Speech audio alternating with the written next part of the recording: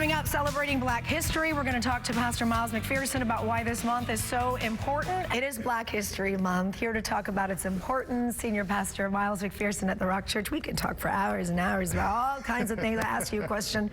And how you doing? I'm good. How are you? You're carrying a burden that you've been carrying for months. Aren't we all?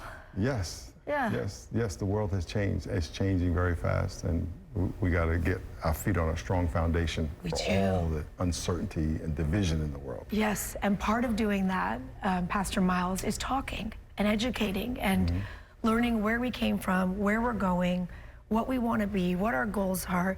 Black History Month is a really, really big deal. I know for a lot of people it's like a day off, and we see a post or two, but really leaning into this and saying, why are we doing this?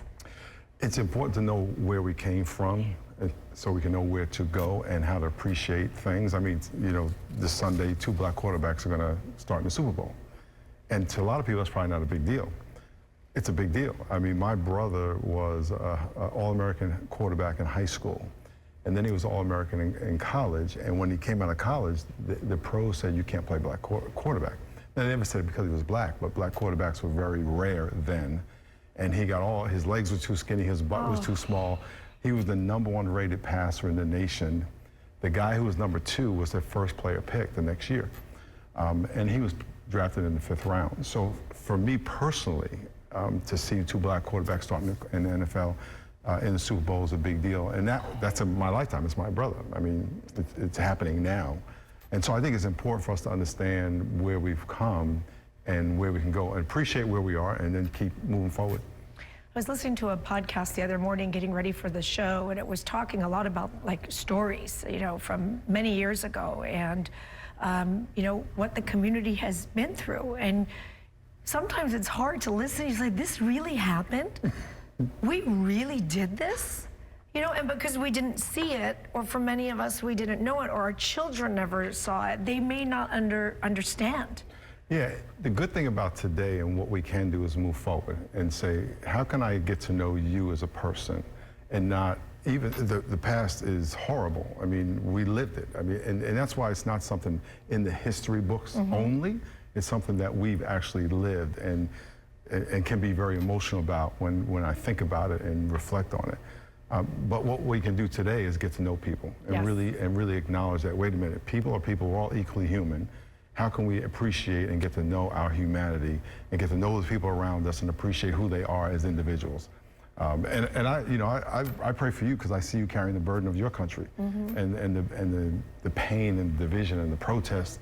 And so I'm praying for you because I know as a human, I know that burden, and so if we can all do that with each other, getting back to football, sports, I think every person should play sports, even if you're no good.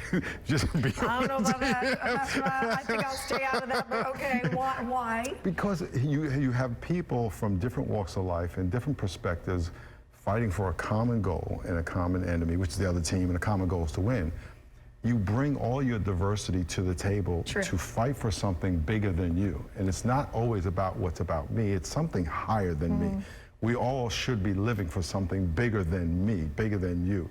And sports is one way that we do that. And that's why when, Damar Hamlin had the cardiac arrest, you saw brotherhood on display, football players, black and white, and the country come together and say, we're going to fight for this one cause. And I think that's the great thing about sports. Give us an idea.